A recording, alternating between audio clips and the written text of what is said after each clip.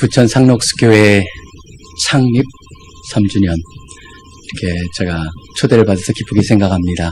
왜냐하면 창립 예배 때 제가 이 자리에 있었습니다. 근데 3년이 벌써 되었다는 게 참 믿어지지 않을 정도로 시간이 빨리 갔습니다. 나이가 들면은 세월이 빨리 간다고 그러는데 그래서 그런지 더 빨리 갔다는 생각이 듭니다. 무엇보다도 그 사이에 이렇게 청년 예배에 대해서 청년 따로 교회를 생각하신다는 얘기를 방금 우리 정 목사님께 들으면서 역시 상록수교회는 이름 그대로 미래의 참 리더들을 준비하는 교회구나라는 것에 참 감사함을 느꼈습니다. 지금 지난번에 2005년에서 2015년 사이에 한국 교회 또는 종교인들의 분포를 봤을 때 통계청에서 나온 거기에 보면은 특이한 현상 하나가 있습니다. 다시 2005년, 2015년 사이에 기독교가 가장 종교인이 많다. 그들이 말하기에 가장 교인 수가 많은 그런 종교로 다시 섰습니다. 실질적으로 교인들이 늘어났다라고도 얘기합니다. 근데 사람들이 보지 못하는 것은 과연 세대별로 어디가 늘어나고 어디가 줄었는가라고 하는 겁니다. 제일 많이 줄은 데는 바로 20대입니다. 22%가량. 그 다음에 10대는 18%, 30대는 거의 16에서 17%. 늘은 데는 40대가 조금 늘었고 50대가 더 많이 늘었고 60대가 가장 많이 늘은 걸로 나왔습니다. 저는 그걸 보면서 하나 현상을 봅니다. 뭐냐면 그 지금 늘어난 세대들은 한국교회 피크를 젊었을 때 본 사람들입니다. 근데 지금 한국교회는 어떻게 보면은 젊은이들이 봤을 때는 가장 바닥으로 내려와 있는 상황입니다. 솔직히 지금 사회를 보시기 바랍니다. 전 작년 6월 달에 특이한 현상 하나가 있었습니다. 혹시 아이스크림 좋아하시는 분이 여기 계신지 모르겠는데 우리 학생들하고 같이 모이다 보면 학생들하고는 아이스크림을 먹을 때 대용량으로 사가지고 같이 놀아 먹어야 됩니다. 그렇기 때문에 같이 먹는 게 있습니다. 대용량만 나옵니다. 그게 뭐냐면 투게더라는 아이스크림입니다. 크게 나오죠. 근데 작년 6월 달에 특이한 현상이 일어났습니다. 투게더라고 하는 함께라고 하는 의미를 담긴 그 아이스크림이 1인용이 나왔다라고 하는 겁니다. 뭔가 이상하죠. 사회는 지금 혼밥, 혼술, 혼행, 혼영 뭐든지 혼자 합니다. 심지어 결혼식도 혼자 합니다. 싱글 웨딩이라는 게 있습니다. 비혼조, 결혼하지 않겠다는 사람이 그래도 젊었을 때 가장 아름다웠던 모습의 웨딩드레스를 갖고 있길 원하고 사진을. 형제는 턱시도를 원합니다. 그러다 보니까 혼자 찍는 걸 갖다 싱글 웨딩이라고까지 나오고 있습니다. 지금 공동체가 붕괴되고 있다라고 하는 것입니다. 세상을 보시기 바랍니다. 작년에 영국의 옥스퍼드, 저는 항상 옥스퍼드 딕셔너리, 그러니까 옥스퍼드 사전, 거기서 올해의 단어를 뽑습니다. 작년에 올해의 단어가 뭔지 아십니까? 포스트 트루스라고 하는 단어였습니다. 독일도 똑같았습니다. 독일도 포스트 팍티시. 둘 다 탈진리, 탈진실의 시대를 살고 있다는 겁니다. 진리에 관심이 없다. 엄청난 도전입니다. 엄청난 도전이고 캐나다 가면은 더 이상 퀘벡 같은데 특별히 몬트리올 같은데 가보면요. 포스트 처치, 탈교회, 탈종교 정도가 아니고 탈교회. 뭔가 더 나가서 굉장히 인간 세속화의 극치가 어디까지 갈 수 있나 그걸 보는 곳이 몬트리올 가보면 느낄 수가 있습니다. 온통 동성연애자들이 가득 차 있는 도시. 그런 곳에서 교회의 역할을 한번 고민하게 만드는 그런 시간을 제가 지난번에 가질 수가 있었습니다. 도전의 시대입니다.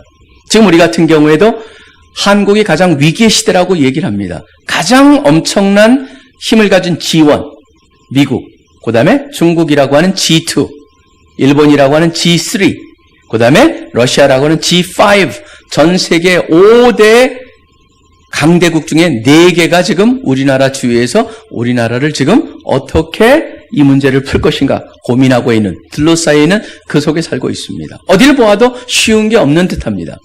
그러한 속에서 우리 부천 상록수교회가 3주년을 맞습니다. 저는 3주년을 맞으시면서 다양한 꿈을 꾸시는데 과연 우리가 어떤 자세로 앞으로 3주년 이후 속에 이 교회를 펼쳐가고 우리가 신앙생활을 할 것이고 또 이 땅에서 우리한테 맡겨주신 일을 감당할 것인가, 그거에 대한 교훈을 보기 위해서 오늘 말씀을 선택을 했습니다.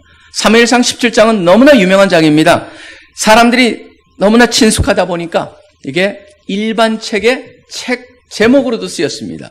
멜컴 글래드웰이라는 세계적인 그런 그 작가죠. 아주 뛰어난 작가인데 유명한 베스트셀러들이 참 많이 나왔습니다. 그 사람도 가장 최근에 나온 책, 벌써 최근이지만 1년 정도가 지났습니다. 뭐냐면 바로 이 책, 여기에 나와 있는 두 주인공을 가지고 책 이름을 썼죠.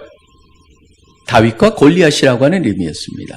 다윗과 골리앗, 그전엔 뭐 티핑 포인트라든가 다양한 베스트셀러를 냈지만 거기 다윗과 골리앗이라고 하는 것 너무나 익숙합니다. 그 정도로 세상 사람이 익숙하지만 익숙할 때 단점은 있습니다. 익숙하다라는 단점은 뭡니까? 그냥 안다고 지나간다고 하는 겁니다. 근데 여러분들이 보시면은 여기에 얼마나 조심스럽게 사무엘상을 쓴 저자가 성령께서 저자를 통해서 조심스럽게 우리한테 꼭 보고자 하는 사실 몇 개가 있습니다. 한번 보시기 바랍니다. 17장에 보시면 첫째, 뭐를 보냐면은 두려움이라고 하는 것은 일반적인 현상이라고 하는 겁니다. 그걸 볼 수가 있는데 지금 17장을 갖다가 소개하는데 골리앗이 있었다, 덩치가 컸다 이렇게 소개하지 않습니다. 우리로 하여금 두려움을 자아내도록 써 있습니다. 10장 4절에 보면 키가 6규비 한 뼘이라고 그랬습니다. 6규비 한 뼘이면 3m 가까이 됩니다. 사람의 키가 3m?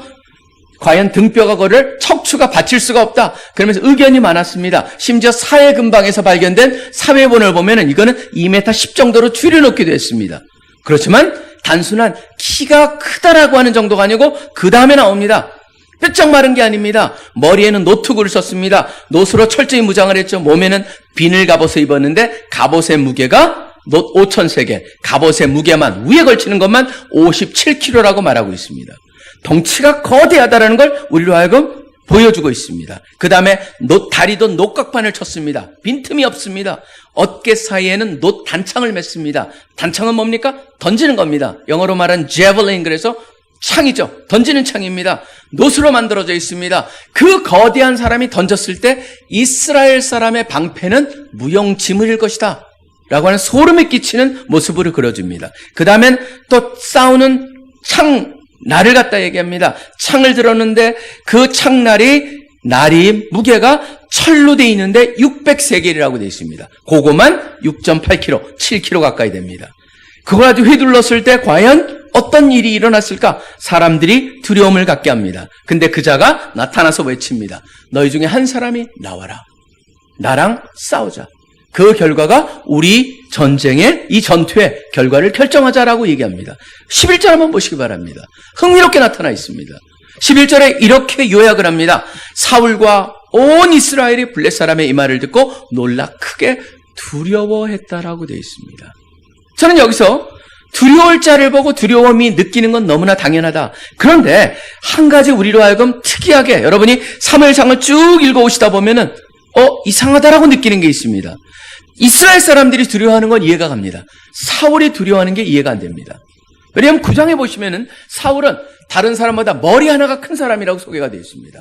사울도 키가 크고 덩치가 크고 아주 빼어난 사람이었습니다. 그리고 14장에 보시면은 14장 47절에 이렇게 말이 나옵니다. 사울이 이스라엘 왕위에 오른 후에 사방에 있는 모든 대적 곧 모압과 암몬 자손과 에돔과 소바의 왕들과 블레 사람을 쳤는데 향하는 곳마다 이겼고라고 되어 있습니다. 한 번도 져본 적이 없습니다. 그도 덩치가 큽니다. 근데 두려움에 빠져버립니다. 왜 그럴까? 우리로 하여금 의문을 갖게 합니다. 앞에 블레셋 사람인 골리앗을 소개했다면 12절부터는 여기에 대조되는 인물을 소개합니다. 다윗을 소개하는데 그냥 다윗이 있었다라고 소개하지 않습니다. 아버지부터 소개합니다. 이새가 있었다. 그에게 8아들이 있었다. 8아들이 있었는데 전쟁터에는 처음, 첫째, 둘째, 셋째만 나갔다. 우리가 아는 건 바로 뭡니까? 다윗은 8째입니다. 막내입니다. 뭘 얘기하는 거냐면 다윗은 아주 어렸기 때문에 위에 있는 3 형제들만 전쟁터에 나갔다. 근데 그 전쟁터에 나갔는데 다윗이 어떻게 하다가 골리앗을 만나게 됐나를 소개를 합니다. 만나게 되는데 뭐 때문에 그렇습니까? 전쟁하러 나간 게 아닙니다.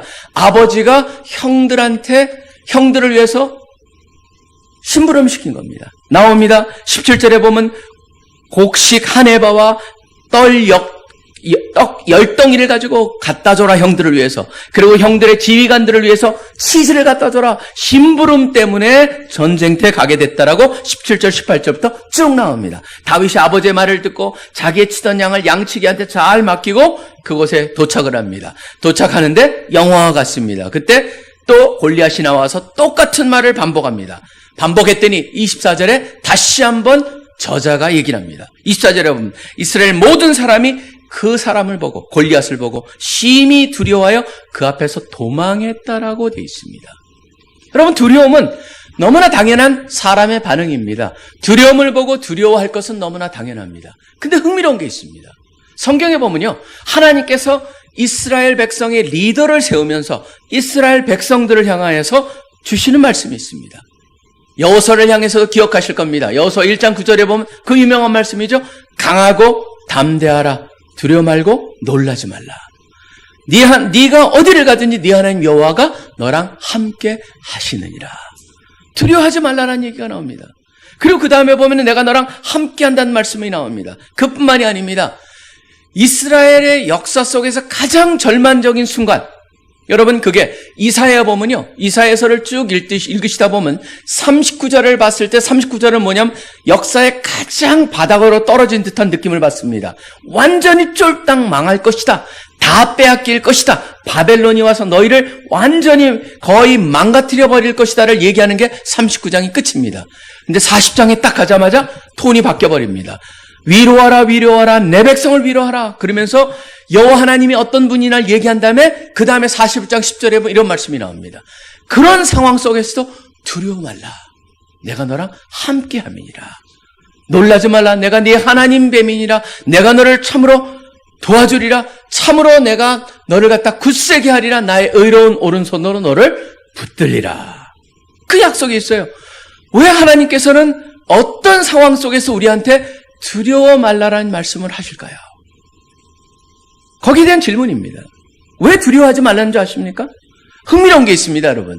우리 인간을 연구해 봅니다. 인체를 생리학적으로 연구해 보면 우리 말에 그런 말이 있죠. 깜짝 놀라면 간이 콩알만해진다. 여러분, 간은 절대 콩알만해지지 않고 요동이 없습니다.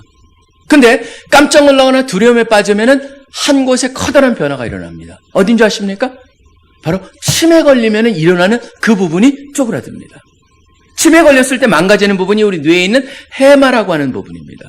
해마는 기억을 연결시키는 겁니다. 과거의 기억을 끌어내고 판단을 할 수 있게 돕는 모든, 어떻게 보면 우리의 훈련, 우리의 교육, 우리의 경험, 우리가 받은 모든 전략, 준비한 모든 것들을 기억나게 도와주는 데가 해마라는 곳입니다. 근데 두려움에 빠지면은 해마라는 곳이 쪼그라들고 그 옆에 있는 편도체라는 것이 사람을 갖다 붙잡아 버립니다. 모든 생각을. 그래서 다니엘 골만이라고 하는 사람이 EQ라는 것으로 우리한테 알려진 감성 지능으로 우리를 갖다가 알게 해준 그 사람이 얘기하는 게, 두려움에 빠졌을 때 거기에 남아있으면 어떤 일이 일어나냐면 해마는 쪼그라들고 편도체가 우리를 붙잡는다. 그래서 편도체 피납이라는 말을 썼습니다. 그래서 무슨 말이냐면 이렇게 말씀드릴 수가 있습니다. 복잡한 거를. 두려움에 머물 때 무슨 일이 일어나냐면 우리는 꼼짝달싹하지 못하게 된다. 그렇기 때문에 하나님께서 하나님의 백성을 향해서, 리더들 향해서 어떠한 상황에 처하든지 너희는 두려워하지 말라.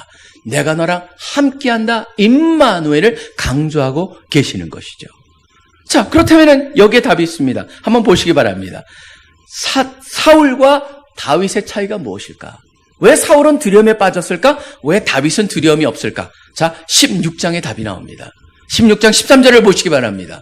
13절을 보면 다윗이 왜 두려움에 빠지지 않는가라는 얘기가, 힌트가 나옵니다. 사무엘이 기름불병을 가져다가 그의 형제 중에서 그에게 부었더니, 바로 다윗에게 부었더니 이날 이후로 다윗이 여호와의 영에 크게 감동되었다고 되어 있습니다. 하나님의 영이 다윗과 함께하기 시작을 했다. 그 다음에 14절에 나옵니다. 사울은 그럼 어떻게 되는 거냐? 여호와의 영이 사울에게서 떠났다라고 되어 있습니다. 다윗과 사울의 차이는 뭡니까? 여호와의 영이 그들과 있느냐라고 하는 겁니다. 자, 그렇다면 다음 질문이죠. 여호와의 영이 우리랑 함께 하십니까? 오순절 사건 이후로 모든 믿는 사람에게 성령이 함께 하십니다. 그게 바로 성경에 나와 있는 약속입니다. 그렇다면 그 다음 질문은 더 중요한 질문이겠죠. 하나님의 영이 함께 하는데 왜 우리는 두려움 속에 빠지고 왜 하나님의 함께 하심을 모르고 살고 있냐라고 하는 겁니다. 그 질문을 갖다가 저는 그 질문에 대한 늘 질문이, 저도 제가 의문이 있었습니다.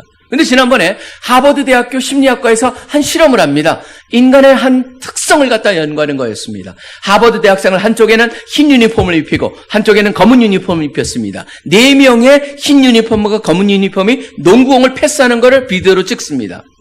비디오를 찍으면서 나중에 편집을 합니다. 편집을 하니까 1분 30초 정도 나오는 편집 내용입니다. 그 가운데 9초 정도 여학생 하나가 고릴라 복장을 하고 가서 손도 흔들고 가슴도 치는 장면이 거기에 삽입이 되어 있습니다.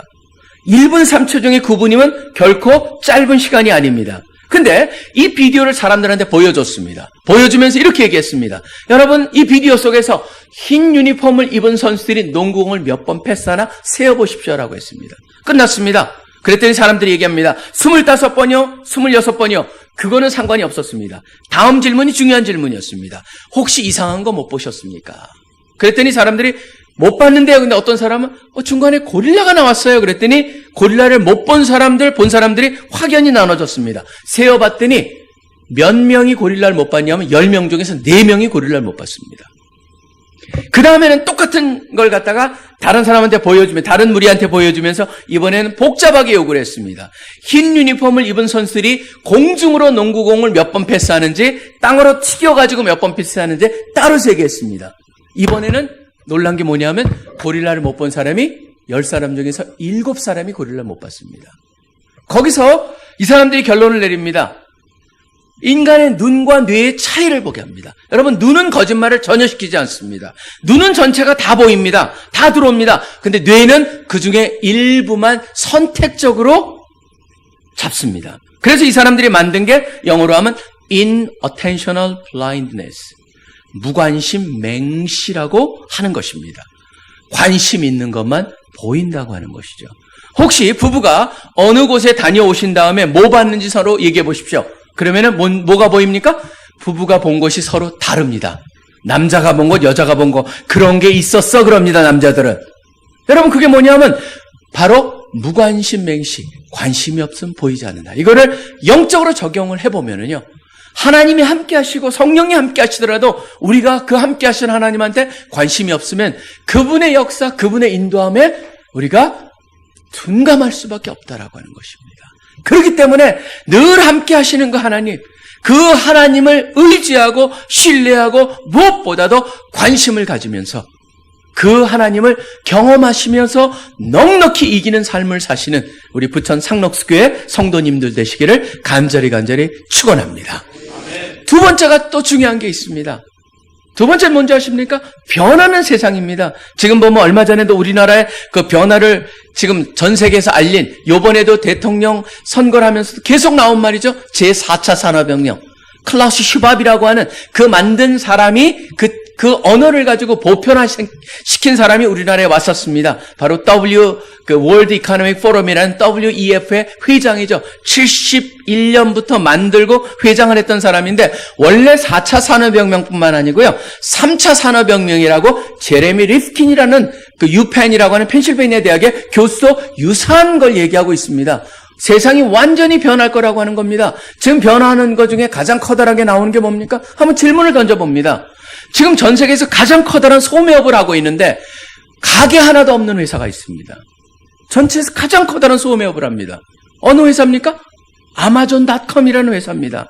지금 전 세계에서 가장 커다란 운송업을 합니다. 그런데 자동차 아니면 택시 한 대도 없는 데가 있습니다. 어느 회사입니까? 우버라고 하는 회사입니다. 우리나라는 불법이기 때문에 안 들어와 있습니다. 그렇지만 들어와 있는 게 하나 있습니다. 세 번째 거죠. 전 세계에서 호텔업을 하는데, 바로 숙박업을 가장 커다랗게 하는데 모텔 하나 없는 데가 있습니다. 바로 에어비앤비라고 하는 회사죠. 여러분, 이건 뭘 말합니까? 지금까지의 형태에서, 산업 형태에서 완전히 바뀐다고 하죠. 지금 보면 우리나라에만 쓰는 영어가 있습니다. 핸드폰이라는 단어입니다. 손으로 들고 다니니까 핸드폰이라고 그러죠. 근데 우리나라에서 만든 영어입니다. 외국 사람 안 쓰는 영어입니다. 근데 좀 있으면 바뀔 겁니다. 왜냐하면 핸드폰이 몸 안에 신기 때문에 겨드랑이에 신으면 겨드랑이 폰이 될 겁니다. 허벅지에 신으면 허벅지 폰이 되겠죠. 지금 2025년 즈음이 되면은 상당수가 바로 몸에 핸드폰을 심을 거라고 하는 것을 갖다 그 책에서도 예견을 하고 있습니다. 뭡니까? 달라지는 세상입니다. 다른 세상이 다가오고 있습니다.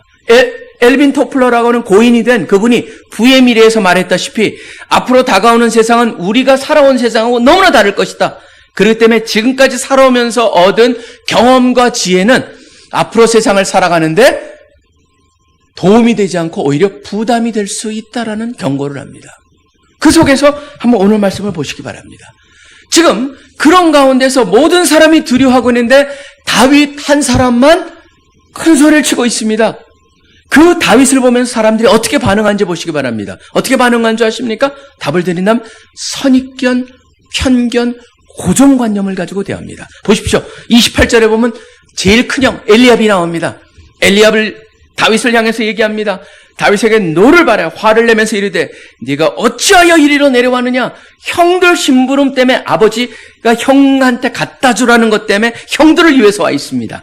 들에 있는 양들을 누구에게 맡겼느냐? 아까 보면은 차분히 다른 양치기한테 잘 맡겼다고 나와 있습니다. 다윗은 착실한 사람입니다.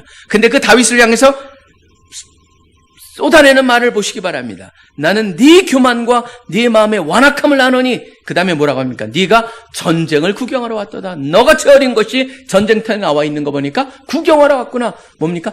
선입견, 고정관념, 편견입니다. 그게 바로 사람들이 변하는 세상 속에 나타나는 즉각적인 반응입니다. 그뿐만이 아닙니다. 다윗은 그걸 무시합니다. 그러고나 사람들하고 얘기를 하고 있으니까 사울이 다윗을 부릅니다. 32절에 다윗이 사울 앞에 갔습니다.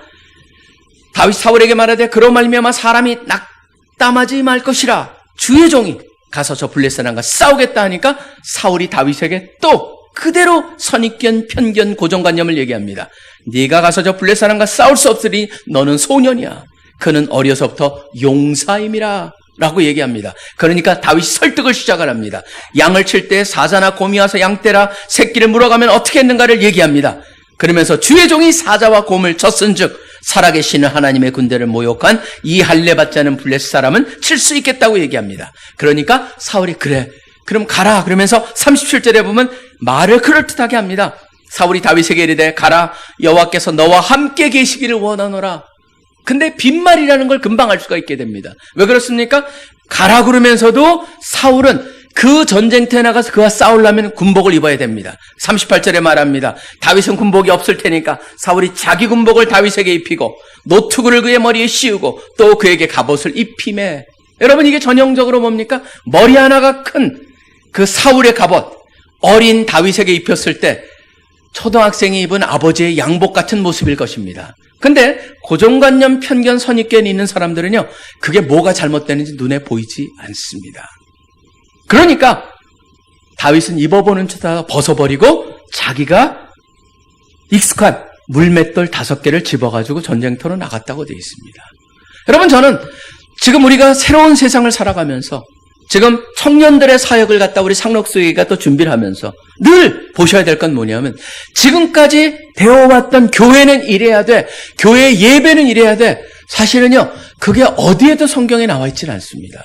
제일 중요한 건 뭐냐면 바로 그 안에 핵심은 뭐냐면 여호와 하나님을 찬양하고 예배하고 바로 그분이 중심이 되어야 된다는 그 정신 거기서 타협해야 되고 타협하지 말아야 돼. 그것을 구분하면서 새롭게 시작하지 않는다면은 우리 젊은이들은 교회에서 지금도 멀어지고 있는데 앞으로도 더 멀어지지 않을까 저는 두려움이 있습니다. 다시 한번 우리가 고정관념, 선입견, 편견을 뛰어넘어야 됩니다. 제가 지난번에 그것에 대한 뼈저리게 느낄 수 있는 하나의 그 다큐멘터리를 볼 기회가 있었습니다. 그 다큐멘터리는 블루크랩이라고 하는 청개가 어떻게 알에서 성인개가 되는가를 보여주는 것이었습니다. 저도 그전까진 개가 어떻게 하면은 그렇게 크게 되는지 전 몰랐습니다. 그냥 그저 저도 게장을 좋아하기 때문에 먹는 걸 좋아했을 뿐인데 나중에 그 다큐멘터리를 보면서 아, 개가 저렇게 자라는구나 알게 됐습니다. 여러분 개가 알에서 이 커다란 개가 될 때까지 어떻게 될 것 같습니까? 개가 나오면은요, 그 알에서 나오면 굉장히 조그만 개 모양이 나오죠. 그러면 그 개가 커가지고 이렇게 될까요? 아니었어요. 걔네들이 딱 모양이 형성되면 그 안에서 살이 꽉 차기 시작을 합니다. 살이 꽉 차가지고 더 이상 자랄 수 없으면 어떻게 하는 줄 아십니까? 우리 밥 비벼 먹는 그 부분이 벌려집니다. 그러면서 그 안에서 생살이 기어 나옵니다. 그대로 기어 나와가지고 어두운 곳으로 급하게 숨죠. 왜 그럴까요? 거기 오면 천적들이 기다리다가 이때는 황금식입니다. 왜냐하면 껍질을 다 벗기지 않고 먹을 수 있잖아요. 그러니까 와서 기다리고 있다가 벌릴 때 나와서 잡아먹는, 얘네들은 목숨을 걸고 나오는 겁니다. 나와가지고 숨은 데 있다 좀 겉이 좀 어느 정도 딱딱해지면 나와서 거기서 자라기 시작을 합니다. 그러면 이게 자라면서 또 껍질이 딱딱해지면 또 더 이상 자랄 수 없으면 또 벌려집니다. 그러고 자라는데 저는 놀란 게 바로 그 다음 거였습니다. 여러분, 알에서 성인 개가 온전히 될 때까지, 마지막 될 때까지 몇 번 껍질을 벗고 나오는지 아십니까? 이 블루크랙 같은 경우는 27번을 그걸 하는 겁니다. 27번. 그리고 그 사람이 멘트를 하는데, 거기서 다큐멘터리에서 어떤 개는 그 안에서 못 나오고 죽는 경우가 있답니다. 그러면 그 마지막 껍질이 그 개의 무덤이 된다는 얘기였습니다. 제가 그 말이 저한테 굉장히 와닿았습니다. 우리가 평생을 살아가면서 제가 가지고 있는 의문 중에 하나는, 하나님께서 우리를 갖다 하나님의 백성으로 선택하셨을 때 우리 천국 가는 것이 단순히 천국 가는 그것이 하나님이 선택하신 이유라면은 제가 믿자마자 그때 저를 갖다 글로 데려가셨을 텐데 왜 이 땅에 놔두시겠는가? 그리고 왜 나이가 어느 정도 됐음에도 불구하고 연세가 드셔도 왜 이 땅에서 그렇게 가만 놔두실까? 그거는 그분을 쉬라고 그럴까? 아니었습니다. 저도 이제 조금 있으면은 바로 저희 이제 손자가 제가 3살인데요. 그 아이를 보면서 이제 저도 할아버지란 얘기를 들으면서 제가 살아가면서 점점점 느끼는 거는 내가 나중에 더 나이가 들었을 때 어떻게 살아갈까 그랬을 때 그 블루크랩, 청계를 통해서 배우는 게 있습니다. 뭐냐면 지속적으로 제가 바뀌고 껍질에서 제가 스스로 만든 고정관념, 선입견, 편견이라는 걸 뚫고 나와서 하나님께서 저로 하여금 갖기를 원하시는 그 틀 속에서 계속 그 안으로 들어가는, 하나님이 마음 놓고 변화시킬 수 있는 그 틀 속의 삶을 살아야 되겠다. 그런 도전을 계속 받습니다. 여러분, 그렇습니다. 우리가 거부하고 우리가 안주했을 때 그것은 어떻게 됩니까? 바로 청개한테 그 껍질이 무덤이 변할 수 있듯이 우리도 더 이상 성장하지 않는다면 하나님 앞에 가는 그 순간까지 결국 그것이 우리의 영적 성장의 마지막 부분이 될 수 있다라는 그런 도전입니다. 선입견, 편견, 고정관념을 뛰어넘는 우리 한 분 한 분 되시길 간절히 축원합니다. 그리고 마지막입니다. 마지막은 매사를 갖다가 여호와 하나님과 연결해서 보라고 하는 것입니다. 지금 모든 사람이 무슨 얘기를 하냐면 블레스 사람, 이스라엘 사람, 저들 군대, 우리 군대 얘기합니다. 한 사람만 그렇지 않습니다. 보시기 바랍니다. 26절에 보시면요, 다윗의 언어가 이렇습니다. 블레스 사람을, 그 무시무시한 사람을 향해서 뭐라고 얘기하냐면 26절 후반부에 이 할례 받지 않은 블레스 사람이 누구이기에, 뭡니까? 골리앗이 아무리 덩치가 크더라도 하나님하고 아무 관계가 없다라고 하는 겁니다. 그렇기 때문에 누구이기에 아무것도 아니라는 것이죠. 하나님과 관계가 없기 때문에. 그리고 또 뭡니까? 그가 우습게 보는 이스라엘 군대는 살아계시는 하나님의 군대라고 부릅니다. 바로 내가 누구인가라는 질문입니다. 내가 누굽니까? 다윗을 나중에 보면 역대하 8장에 보면은요, 다윗을 하나님의 사람이라고 부릅니다. 하나님의 사람이란다는 구약시대 다윗뿐만 아니라 엘리야뿐만 아니라 엘리사와 같은 하나님이 쓰시는 예언자 또는 하나님의 역사하시는 그런 특별한 사람을 위해서 불렀던 단어입니다. 신약에도 딱 2번이 나옵니다. 디모데를 향해서 디모데전서 6장에 너 하나님의 사람아 나오고, 디모데후서 3장 16절 17절에 보시면은 성경을 얘기하면서 17절에 성경이 하나님의 사람을 온전케 한다. 바로 우리가 하나님의 사람입니다. 그렇기 때문에 우리가 늘 보셔야 될 거는 하나님의 사람으로 하나님의 사람들답게 보고 대화하자라고 하는 겁니다. 그렇기 때문에 사도 바울 뿐만 아니라 여기서도 지금 다윗도 누구나 항상 얘기할 때 하나님과 연결시킴을 볼 수가 있습니다. 그렇기 때문에 오늘 45절도 뭐라고 얘기하십니까?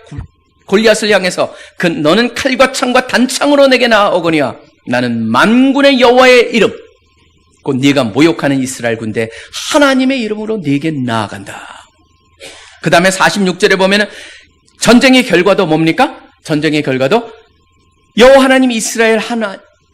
하나님이 이스라엘과 함께 계심을 알게 하겠다. 47절에 보면은 모든 게 누구 손에 있느냐를 분명히 합니다. 여호와의 구원하심이 칼과 창에 있지 아니함을 이 무리에게 알게 하리라. 전쟁은 여호와께 속한 것이라고 얘기를 합니다. 그렇습니다.